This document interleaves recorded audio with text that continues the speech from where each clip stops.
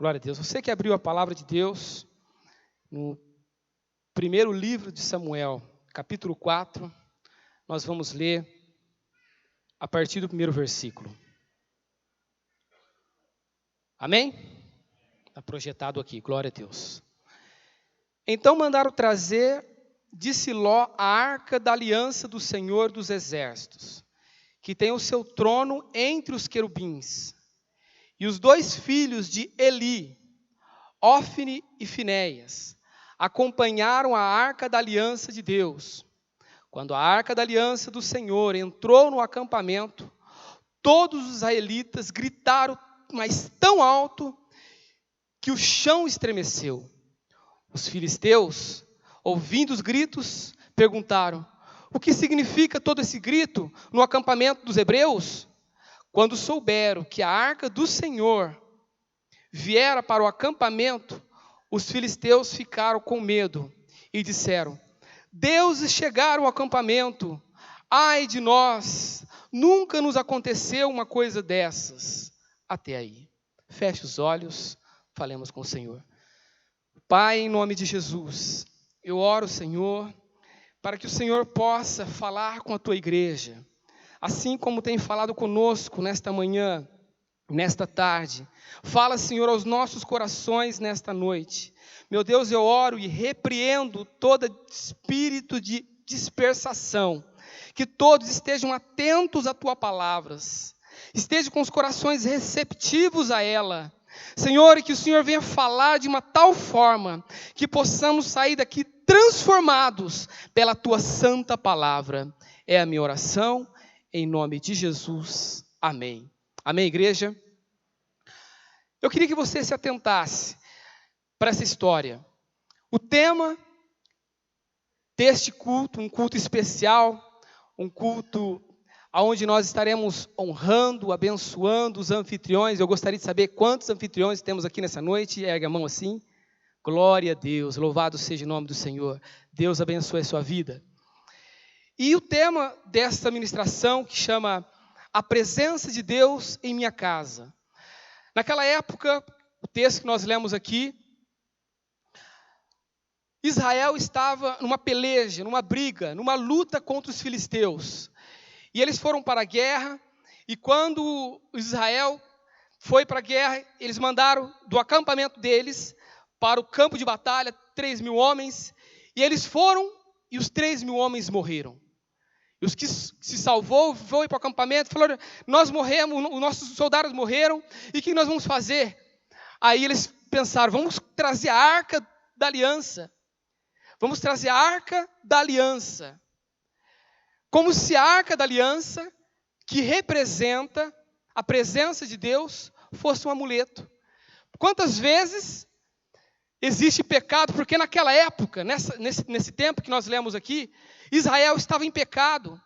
Israel estava distante de Deus, muito distante, porque Eli, o profeta da época, já idoso, com mais de 90 anos, os seus filhos, Ofni e Finéias, estavam ali fazendo o que desagradava a Deus. Comia a carne que era em sacrifício ao Senhor, eles comiam, faziam as coisas erradas com as mulheres que iam lá, e todo Israel estava totalmente disperso da presença de Deus. E aí, no momento de dificuldade, eles chamaram para trazer a arca. E quantas vezes nós fazemos isso? Estamos dentro da igreja, estamos às vezes fazendo alguma coisa na obra do Senhor, mas estamos em pecado, e nós somos cientes disso. E aí, quando o cerco se aperta, quando as dificuldades vêm, nós pedimos o socorro do Senhor, como se o Senhor fosse um amuleto de sorte, que no momento difícil Ele me ajuda. Mas quando tudo vai bem, continuo na vida de pecado. A arca do Senhor, a arca da aliança, o que representa? A presença de Deus. A arca da aliança, irmãos, como que ela era feita?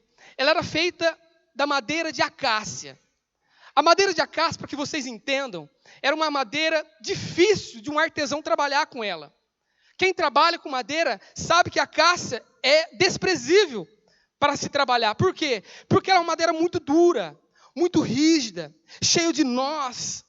Difícil de trabalhar, é uma árvore que ela dá no deserto. Para vocês entenderem como que é uma árvore dessa, ela é como se, imagina uma pé de jabuticaba. Ela é cheia de galhos, pequenos, finos, tortos, cheio de dificuldades.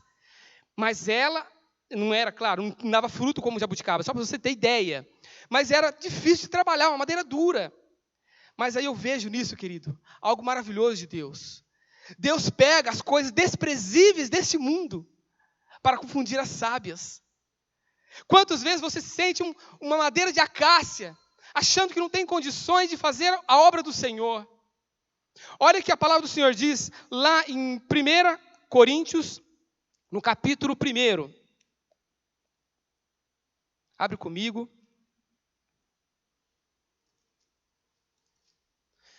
No capítulo 1, versículo 26.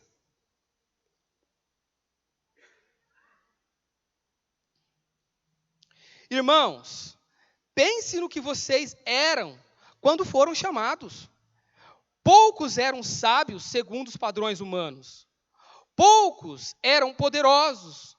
Poucos eram de nobre nascimento. Mas Deus escolheu o que para o mundo é loucura, para envergonhar os sábios. E escolheu o que para o mundo é fraqueza, para envergonhar o que é forte. Ele escolheu o que para o mundo é insignificante, desprezado, e o que nada é, para reduzir a nada o que é. Amém?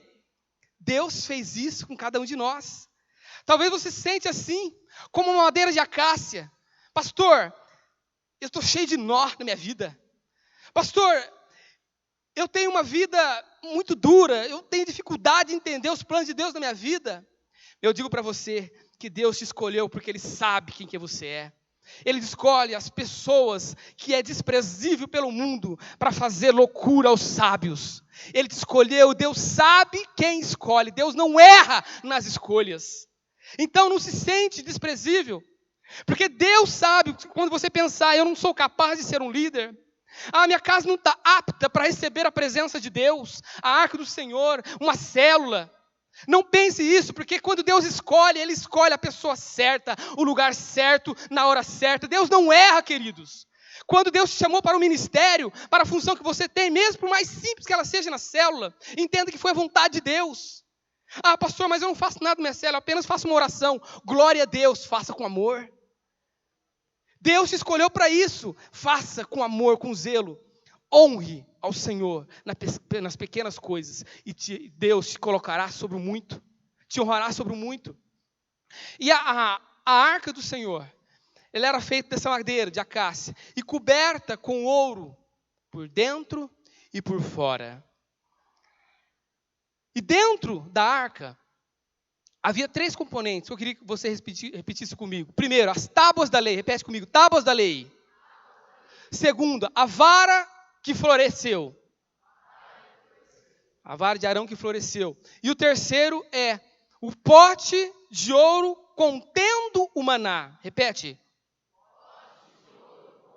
Glória a Deus. Quero que você guarde isso, depois nós vamos estar falando um pouquinho a respeito disso no final. Mas isso é o que continha dentro da arca. E a arca, ela era santa, era sagrada. Não era qualquer um que podia carregar. Ela tinha que ter, você viu ali a arca, os varões. Porque somente os sacerdotes consagrados ao Senhor podia levar a arca. Não era qualquer pessoa que podia tocar na arca. E ela tinha que ser carregada pelos sacerdotes. Mas a arca, naquela época, quando o Israel estava na luta com os filisteus, eles perderam a batalha. A arca foi tomada pelos filisteus. Ófni e Finéias morreu. E a arca foi tomada pelos filisteus. Os filisteus venceram a guerra naquela ocasião e levaram para os filisteus, e eles depositaram a arca do Senhor diante do altar de Dagom. Dagom era um deus dos filisteus, era uma estátua, e eles colocaram uma forma de humilhar o Senhor ali. Mas a Bíblia diz que no dia seguinte, quando os líderes dos filisteus foram ao templo de Dagom, viram ali a estátua de Dagom caída aos pés da arca, representando que o Senhor é poderoso. não há maior que o Senhor. Mas eles ainda não satisfeitos, pegaram aquela estátua, colocou de novo em pé. Passado na noite seguinte, no dia seguinte, eles foram lá diante de novo, a estátua estava de novo caída diante da arca, e dessa vez com a cabeça decepada, para provar que Deus é poderoso, que não há outro Deus senão o nosso Deus. E aí eles então, assustados com aquilo, pegou a arca e mandou para Asdod, era uma das cidades dos filisteus. E lá a arca ficou por um período, na verdade, o tempo total da arca na terra dos filisteus foram 7 meses. E eles ficaram ali em Asdom um período, e quando eles ficaram naquela cidade, começou-se a criar tumores nas pessoas, as pessoas começaram a vir a óbito, e eles assustaram, manda esse negócio para lá, deve ser essa arca aí do Israel, que veio trazer toda essa maldição para nós, manda para outro lugar. E eles pegaram a arca e levaram para uma outra cidade dos filisteus, lá em Acron, e lá ficou de novo. Quando a arca chegou lá, as pessoas começaram a fazer um rebuliço e começaram a assustar. Misericórdia, como vamos fazer com essa arca aqui? O que vai acontecer conosco? Já o que fizeram na cidade de Asdom, eles destruíram, pessoas morreram, e começou ratos surgirem, pessoas com tumores no corpo, pessoas vir a óbito, morrerem, e eles reuniram a liderança: nós precisamos dar um fim nesta arca. Eu acho que essa arca, os líderes falaram, eu acho que é essa arca. E aí eles reuniram e falaram: então vamos fazer o seguinte, vamos pegar uma carroça, pegar 2 bois, que tem crias novas, guardar as crias, colocar a arca em cima dessa carroça, e vamos mandar elas embora para Israel de novo. Se essa arca, se esses bois seguirem um caminho reto, sem desviar para a direita nem para a esquerda, é porque realmente era a arca que estava trazendo tudo isso para nós. Se, porventura, os bois se desviarem para a direita ou para a esquerda, porque era uma coincidência, tudo isso estava acontecendo e não era a arca. Porque, irmãos, a arca é santa. A arca representa o que, irmãos? A presença de Deus. E os inimigos queriam humilhar, querendo fazer que o Senhor fosse humilhado diante de um Deus feito por mão de homens. E foi o que aconteceu.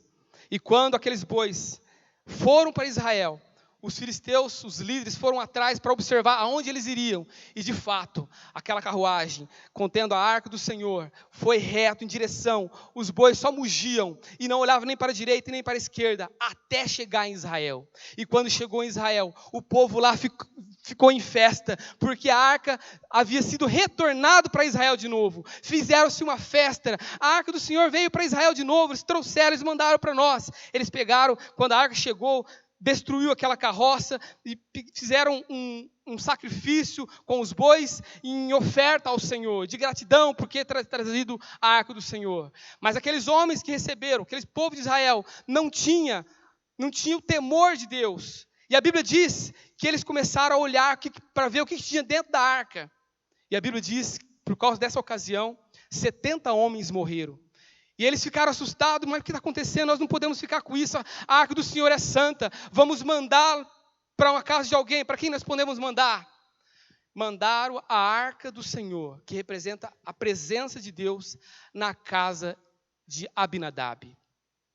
Quando a arca do Senhor chega na casa de Abinadab, Abinadab tinha um filho, Eleazar, e ele o consagrou como sacerdote para cuidar da arca. E a Bíblia diz que a arca ficou por 20 anos na casa de Abinadab. Eu imagino que quando a arca chegou ali, na casa de Abinadab, Abinadab tinha, além de Eleazar, tinha um outro filho chamado Uzá e outro Aiô. E esses 2 filhos talvez eram pequenos, vocês vão entender a história mais para frente, eram pequenininhos, e eles colocaram a arca do Senhor num lugar, talvez num canto da sala, vamos dizer assim, num lugar como um móvel do Senhor, colocando ali, e eles talvez, por ter a presença todo esse tempo, começou a acostumar com a arca do Senhor, acostumar de uma tal forma que eles não davam mais valor para a arca do Senhor. Aí, queridos, eu fico pensando, quantas vezes nós acostumamos em fazer alguma coisa na obra de Deus, de uma tal forma. É importante fazer um parênteses aqui. É importante que nós acostumamos sim com a presença de Deus. acostumamos sim com a presença do Senhor, fazer a obra dele. Mas, o que eu estou querendo dizer aqui, que Abinadab acostumou de uma forma que ele não dava valor mais à arca do Senhor. E muitas vezes nós somos assim, passamos a dar valor quando nós perdemos algo. Né? Quanto já passou, já viu num velório, as pessoas honrando alguém, né? Quantas pessoas chorando, quem dera que ele estivesse aqui, eu deixei de fazer isso, eu gostaria de ter feito aquilo, eu gostaria de ter falado aquilo, feito aquilo outro, mas já perdeu. Depois que perde, dá valor. E isso estava acontecendo na casa de Abinadab. Abinadab, talvez, estava ali acostumado com a arca na sua casa. As crianças pequenininhas não davam valor nenhum. Passou-se anos. Nós lemos ali, abre comigo, Samuel capítulo 6, 1 Samuel, no capítulo 7, perdão, 1 Samuel capítulo 7, no versículo 2, diz assim: a arca permaneceu em Kiriat Jearim muito tempo, foram 20 anos, e todo o povo de Israel buscava o Senhor com súplicas. Até aí. Ficaram mais de 20 anos. Você vai entender o porquê que eu falo que não ficou só 20 anos. Mas a Bíblia relata esses 20 anos para dizer que todo esse período não aconteceu nada na casa de Abinadab. Todo esse tempo, nada de relevante aconteceu na casa de Abinadab. Talvez ele ali era indiferente. Tanto faz ela aqui, tanto fez. Se alguém vier buscar, não faz diferença nenhuma. Ele talvez ali era um peso, era uma obrigação para ele.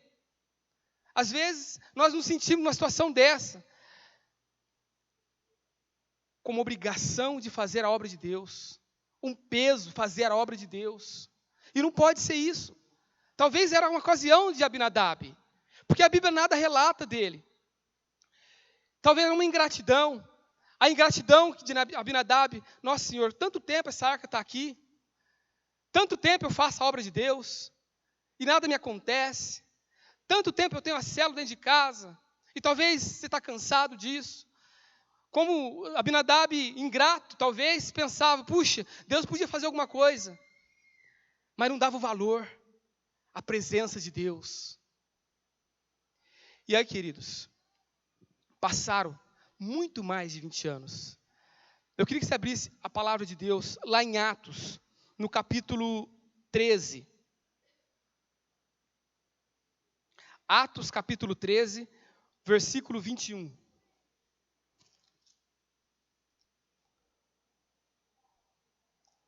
Atos 13, 21.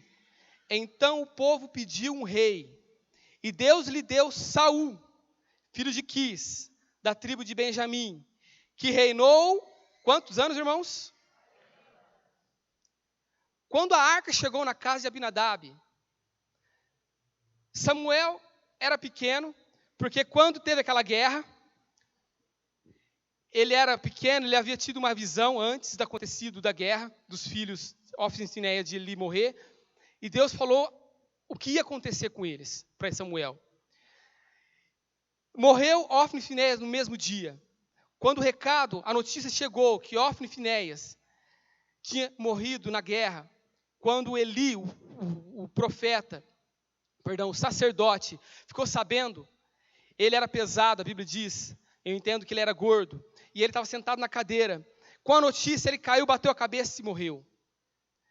E aí, morreu Eli, morreu seus filhos, os 2 filhos. E Samuel era pequeno. Mas já aqui, quando, no versículo que nós lemos, que já faziam 20 anos que a arca estava na casa de Abinadab, Samuel já era um homem. Olha no versículo 3 de 1 Samuel capítulo 7, versículo 3. E Samuel disse a toda a nação de Israel: se vocês querem voltar-se para o Senhor de todo o coração, livre-se então dos seus deuses estrangeiros e das imagens de Astarote, consagre-se ao Senhor e prestem culto somente a Ele. Israel estava em pecado, e Samuel já, juiz de Israel, já grande, já um homem formado, era o juiz, e ele falou: olha, vocês querem voltar para o Senhor? Então abandone o teu pecado. E aí o povo, rejeitando o reinado de Deus sobre Israel, pediu um rei físico. Nós queremos que Deus nos dê um rei para reinar sobre nós. Deus permitiu que Samuel fosse ungir Saul, rei de Israel. Foi ungiu Saul e passou-se 40 anos. E nada aconteceu na casa de Abinadab. Entende aqui, irmãos? Passou 40, não somente 20. Segundo alguns estudiosos dizem que somado os 20 mais os 40, mais de 60 anos. Porque passou todo o reinado de Saul, depois veio Davi, aí sim, quando Davi se tornou rei, foi ungido rei, e Saul já não era mais vivo, e quando Davi, já rei, ele disse: aonde está a arca do Senhor? Passou todo esse tempo. Falaram para o rei Davi, a arca está na casa de Abinadab. Ele falou: então vamos buscar a arca do Senhor. E aí, a Bíblia diz que Davi reuniu 30 mil homens. E eles foram buscar a arca do Senhor. Quando chega na casa de Abinadab, eles pegam a arca, fazem de novo uma carroça, colocam a arca em cima dela. Já Uzá, o filho de Abinadab, e o Aiô, que é o outro filho, já adultos, homens, foram atrás da arca para ajudar a levar a arca até Jerusalém, na cidade de Israel, onde o rei Davi estava. E a Bíblia diz que quando eles colocaram a arca e foram caminhando com ela, chegou numa ocasião, a arca tropeçou, a carruagem tropeçou, a arca estava prestes para cair, Uzá foi colocar a mão, e a Bíblia diz que ele foi fulminado pela presença do Senhor. Quando Davi viu aquilo, ai meu Deus, por que o Senhor permitiu isso? Mas era a forma errada de trazer a arca. A arca era santa. A arca era para ser trazida somente para os sacerdotes. Era somente pelo varão. Lembra do varão que vocês viram ali na imagem? Era esse varão que tinha que ser carregado, não pelo carroça. E Davi, sem entender o que estava acontecendo, não podemos continuar levando a arca do Senhor para Jerusalém. O que nós vamos fazer? Aí deram ideia: olha, tem Obed-Edom aqui perto, vamos levar até a casa deles. Quando a arca chega na casa de Obed-Edom, queridos, aí nós vamos ver aqui outra face, outra história, diferente da casa de Abinadab, aonde ficou muito mais do que 20 anos, e nada de relevante aconteceu, porque a Bíblia nada relata. Mas quando chegou na casa de Obed-Edom, eu creio, queridos, que Obed-Edom recebeu com muito prazer, com muita alegria.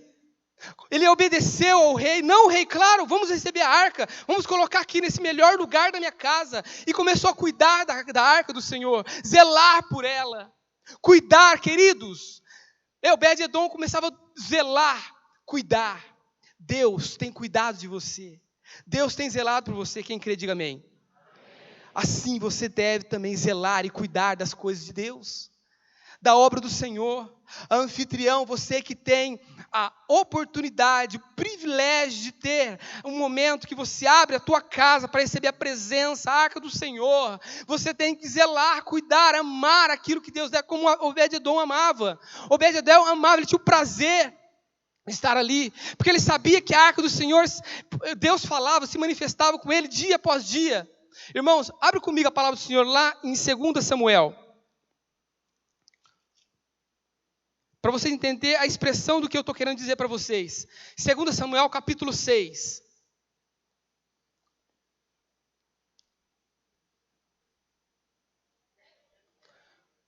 Capítulo 6, vamos ler o versículo 9. Naquele dia, Davi teve medo do Senhor e perguntou: como vou conseguir levar a arca do Senhor? Por isso, ele desistiu de levar a arca do Senhor para a cidade de Davi. Em vez disso, levou a arca para a casa de onde, irmãos? De Obed-Edom, em Gate. A arca do Senhor ficou na casa dele por quanto tempo? 3 meses. E o Senhor o abençoou e a toda a sua família. No versículo 12. E disseram ao rei Davi: o Senhor tem abençoado a sua família. a família de Obed-edom e tudo que ele possui, por causa da arca de Deus, por causa da presença de Deus representada pela arca. Você viu a diferença? Quanto tempo ficou em Abinadab? Mais de 20 anos.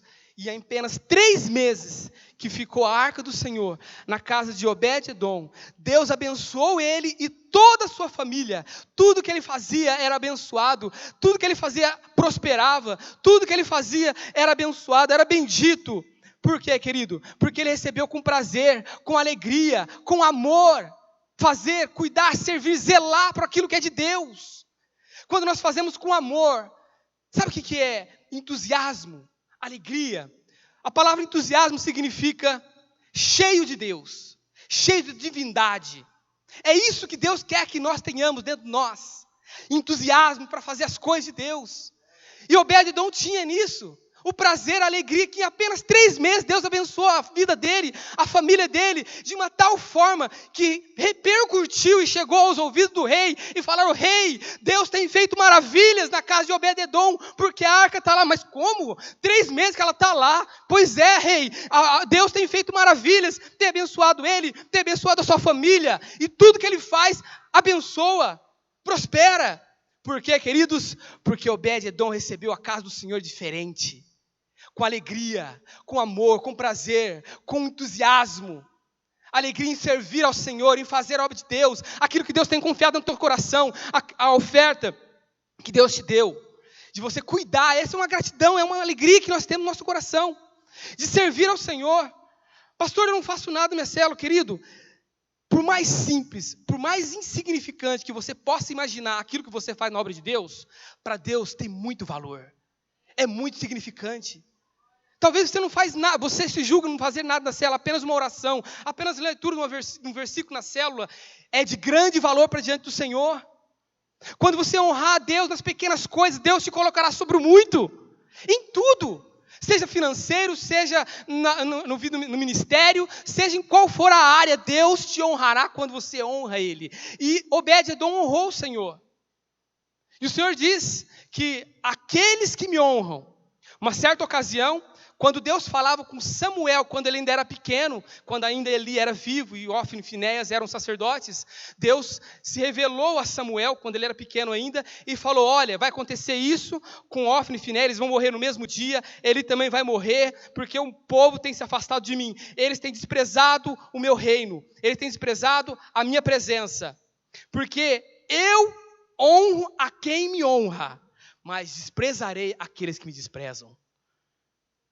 Foi o que Deus falou para Samuel que ia acontecer com eles. Entenda, fica para nós, honra. Obed-edom honrou ao Senhor, com alegria, com prazer, fazer a obra de Deus com prazer, com entusiasmo. E Deus honrou. Querido, meu, honrou de uma tal forma que quando o rei foi buscar a arca, lá na casa de Obed-edom, meu amigo, ele gostou tanto da arca, da presença do Senhor em sua casa, que ele falou: rei, eu posso ir com o Senhor? Eu posso cuidar dela onde ela for? Na tenda do Senhor eu posso? A Bíblia diz que ele passou a ser músico para estar diante do altar do Senhor. A Bíblia diz que ele passou a ser um porteiro para cuidar da arca do Senhor. Queridos, olha lá comigo, abre a palavra do Senhor em 1 Crônicas,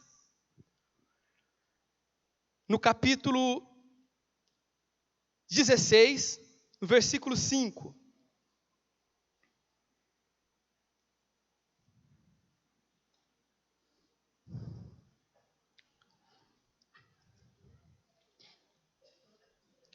Capítulo 15. Capítulo 16, perdão, versículo 5. Desses, Asaf era o chefe. Zacarias vinha em seguida, e depois Jeiel, Semiramote, Jeiel, Matitias, Eliabe, Benaia. Quem depois, irmãos? Obed-edom e Jeiel. Eles deviam tocar lira e harpa, enquanto Asaf tocava os símbolos.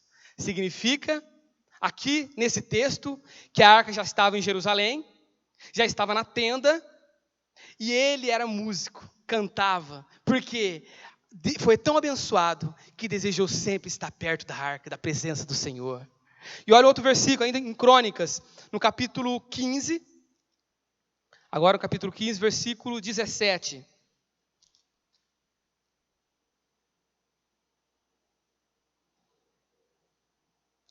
Assim os levitas escolheram Remã, filho de Joel, e Asaf, um parente dele, dentre os meraritas, seus parentes. Escolheram Etã, filho de Cuxaias, e com ele seus parentes que estavam no segundo escalão.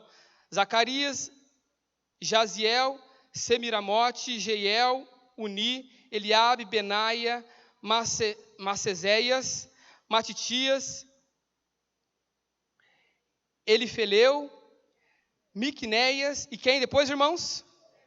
Obed-edom e Jeiel, para estar cuidando da arca do Senhor. Por que Deus abençoou Obed-edom? Está claro aqui na palavra do Senhor. Porque ele amava, porque ele zelava, porque ele cuidava, ele tinha o prazer, ele queria estar sempre diante da presença do Senhor. É isso que Deus quer que nós façamos o mesmo. E Deus abençoa quando nós fazemos a obra do Senhor com alegria, com prazer, com entusiasmo. Está entendendo, querido, a diferença de a arca, a presença do Senhor na casa de Abinadab e agora na casa de Obed-edom? A diferença é nítida. Agora eu pergunto, todo esse tempo passou, centenas de anos, milhares de anos, onde está a arca? Onde está a arca do Senhor? Onde está a arca da aliança? Olha para o teu irmão e diga assim: você é a arca.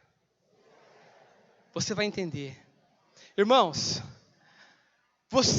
nós somos o templo do Espírito Santo, onde habita a presença de Deus. Deus não habita num templo feito por mãos de homens, mas habita aqui dentro, porque aqui tem um povo reunido na presença dele. O Senhor diz: onde tiver 2 ou 3 reunidos no meu nome, ali eu estarei no meio deles. O Senhor está aqui nesta noite e está falando com você: faça minha obra com alegria, com um coração de Obed-edom. Obed-edom, o que é Obed-edom? Obed significa servo, Edom, vermelho. Vermelho no crente, o que significa, irmãos? O sangue de Jesus. Quando a prostituta Raabe, ela estava em Jericó, a primeira cidade a ser conquistada por Israel, quando eles entraram na terra prometida, os espíritos falaram: olha, quem estiver junto com você na sua casa, e você estiver com esse paninho vermelho, indica que você será salvo. Desde lá já estava a marca de Cristo, de Deus, na vida, na família. Todos que estavam com eles, na casa de Raabe, foram salvos.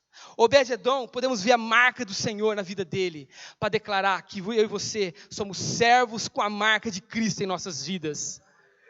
O que tinha dentro da arca que nós falamos, irmãos, que vocês repetiram comigo? Repita comigo de novo. O que tinha dentro da arca? As tábuas da lei. Repita comigo, as tábuas da lei. Depois tinha o que mais? A vara de Arão que floresceu. E depois? O pote de ouro contendo maná dentro. O que nós vemos nisso, queridos? Eu falei que nós somos a arca, somos o templo do Espírito Santo. Para que você entenda o que eu vou explanar aqui, abre comigo a palavra do Senhor, lá em Êxodo capítulo 25, versículo 8.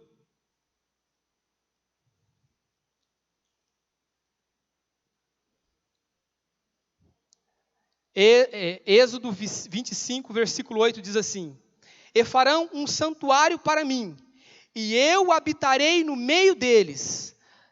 O Senhor falou isso para Bezalel, que fez a arca, que foi a pessoa que Deus escolheu para fazer a arca. E Deus fez para que ele pudesse habitar no meio do povo de Israel.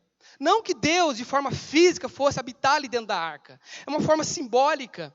Assim como a santa ceia do Senhor, que o pão representa o corpo de Cristo e o vinho representa o sangue de Cristo, é uma forma simbólica de nós reverenciarmos o que nós fazemos todo mês. Não que o pão seja o próprio carne, nem que o vinho seja o próprio sangue de Cristo, mas é um símbolo da nossa nova aliança com Cristo. Entenda isso, queridos. Então, você e eu, nós somos o templo do Espírito Santo, onde o Espírito Santo habita em nós. E lá agora, que quero que vocês abrem, lá em 1 Coríntios, capítulo 6. Vocês estão entendendo, queridos? Glória a Deus. 1 Coríntios, capítulo 6. Versículo 19. Diz assim: acaso não sabem que o corpo de vocês é o santuário do Espírito Santo, que habita em vocês, que lhes foi dado por Deus, e que vocês não são de si mesmo? Nós somos o que, irmãos? Santuário de Deus, do Espírito Santo. E olha um outro versículo para complementar esse, ainda em 1 Coríntios, agora no capítulo 3. Versículo 16 e 17. Versículo 16 e 17 diz assim: vocês não sabem que são santuário de Deus e que o Espírito de Deus habita em vocês? Se alguém destruir o santuário de Deus, Deus o destruirá, pois o santuário de Deus, que são vocês, é o quê? Sagrado. Vocês são santo. Você sabia que nem depois de morto o inimigo pode tocar na tua vida? Porque você é particularidade de Deus. Você é a menina, eu e você somos a menina dos olhos de Deus, cujo inimigo não pode tocar. Ele não tem autorização para tocar na tua vida. Porque você é sagrado, você é santo. Santuário de Deus, onde habita o Espírito Santo do Senhor. E nós lemos aqui, falamos dos 3 componentes que tinham dentro da arca. Que primeiro eram as tábuas da lei. E o que se resume em toda a lei, irmãos? Amarás o Senhor teu Deus de toda a tua alma, todo o teu coração e de todo o teu entendimento. E olha para o teu próximo. E a ti, o teu irmão, o teu próximo, como a ti mesmo. Resume-se a lei. Ou seja, dentro de nós, que somos o templo do Espírito Santo. Olha que revelação, queridos. Nós devemos ter o amor de Deus, amor pela obra de Deus, amor pelo próximo, pelo perdido, para orar pela salvação do perdido, amor por Deus, pela obra, por fazer as coisas de Deus. O amor de Deus tem que estar dentro de nós, dentro da nossa arca, dentro de nós, nosso templo, que é o templo do Espírito Santo. Agora a vara. As crianças bem sabem para que serve a vara, né? Para que serve a vara, irmãos? Para corrigir, repreensão. E repreensão, correção gera obediência. Os filhos obediência porque foram repreendidos, foram corrigidos. E Deus disse assim, que Ele corrige a quem ama. Então, queridos, se nós estamos sendo corrigidos pelo Senhor, dê glória a Deus, é porque Ele te ama. Louva ao Senhor porque Ele te ama. Então, a vara tem que estar dentro de nós, que é ser um servo que aceita a repreensão, que aceita a correção do Senhor. Quando o teu líder vier falar em nome do Senhor, para o teu bem, quando o teu líder vier falar com você, para te corrigir, para te exortar, entenda que vem do Senhor, não vê com os olhos do homem. E certamente, quando você tem um coração de servo, você aceita a repreensão e se torna um servo obediente. Como Obed-Edom. Então, a vara do Senhor tem que estar dentro de nós, para que nós sejamos obedientes ao Senhor. Tudo que o Senhor pede. Se pedir para você, querido, você pode trazer uma palavra para mim, pastor, meu líder, eu não tenho condições, eu tenho vergonha. Querido, seja obediente. O Senhor quer sempre o melhor para você. Deus não quer que você seja cauda, Deus quer te colocar por cabeça aonde você estiver. Então, seja obediente. Como Deus pode te colocar por cabeça se você não aceita um simples pedido do teu líder? Quem está entendendo, diga amém, Jesus. Glória a Deus. E por último, era o que, irmãos? Maná. Maná significa a provisão. Quando nós estamos com fome, nós precisamos do quê? De um maná. Significa a provisão de Deus, o sustento de Deus, a bênção de Deus sobre nós. Quando nós temos o amor de Deus, O amor pelo próximo, conforme Deus quer. Quando nós somos obedientes, Deus sustenta, Deus abençoa. Então, meus irmãos, todos esses 3 componentes têm que estar dentro de nós, que somos o templo do Espírito Santo. Amém, queridos? E eu queria finalizar essa mensagem, essa parte do culto de hoje, falando um pouquinho de Davi. Davi, queridos, quando ele trouxe a arca do Senhor para Jerusalém, na cidade de Davi, e colocou a arca ali, numa tenda, que ainda não era um templo de Salomão, que nós já ouvimos falar, que foi construído por Salomão, filho de Davi. Mas ele viu ali, peraí, eu construí um palácio para mim. Abre comigo lá, vamos ver as palavras de Davi. Em 2 Samuel.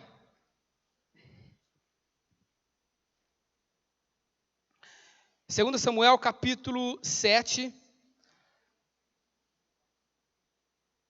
versículo 2. Certo dia, ele disse ao profeta Natã. Natã era o profeta da época de Davi. Aqui estou eu morando num palácio de cedro, enquanto a arca de Deus permanece numa simples tenda?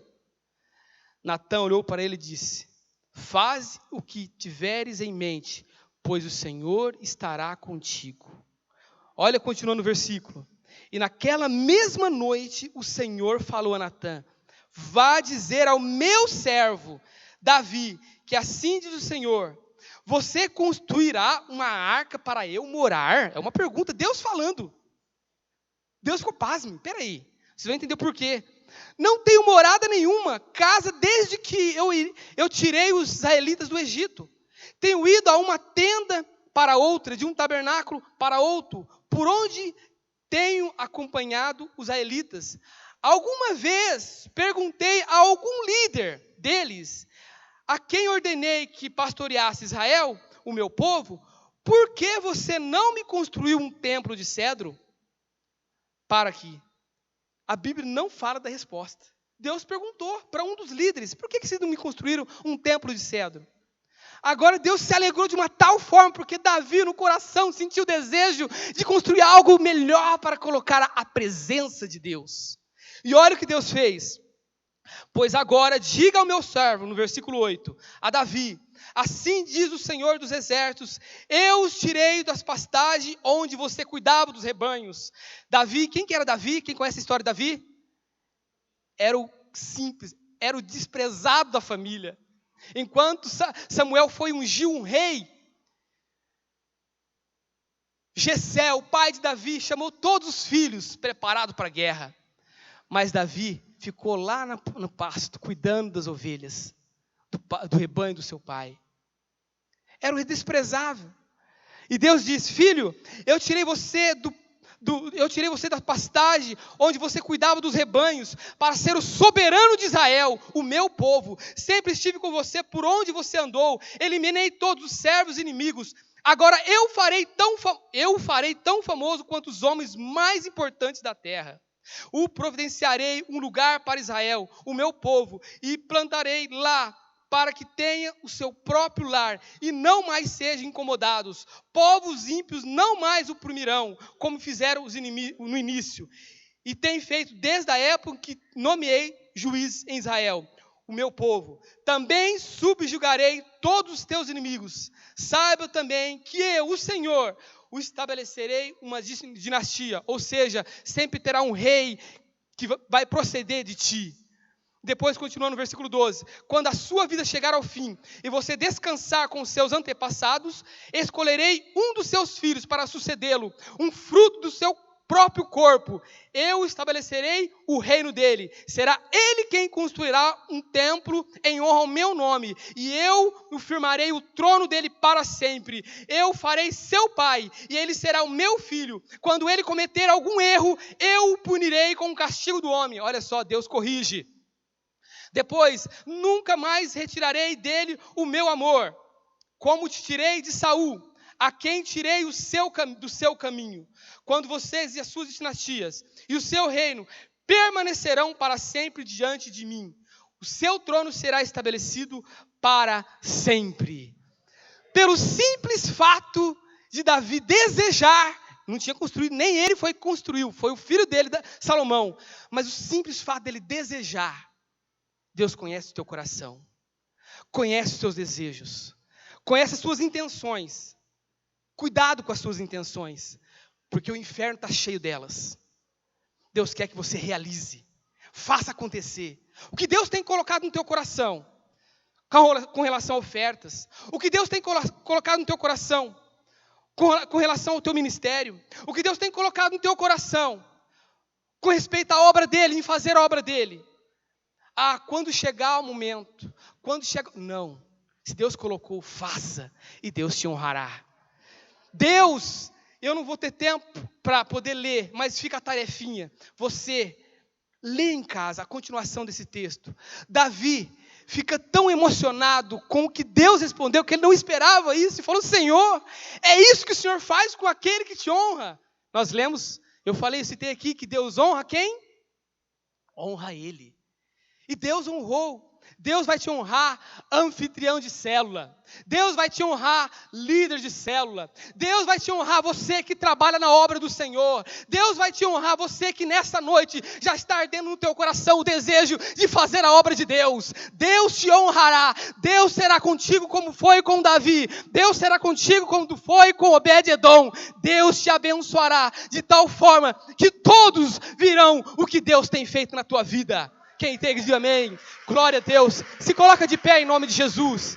Glória a Jesus. Louvado seja o nome do Senhor. Eu quero orar por você, fazer uma curta oração. Eu tenho certeza que Deus vai abençoar a tua vida em nome de Jesus. Ergue as suas mãos, feche os teus olhos. Senhor, em nome de Jesus, eu peço que o teu poder, a manifestação do teu Espírito Santo, que já está tocando no coração de cada um desses homens, dessas mulheres, Pai, dos teus servos que estão aqui, que tem a marca de Cristo, abençoe, Senhor, a vida deles, abençoe, Senhor, cada um deles, que eles possam ter um coração de Obed-edom e não de Abinadab, um coração de servo, um coração que tem a ousadia, que tem, Senhor, a alegria, o amor, seja entusiasmo em tudo que faz.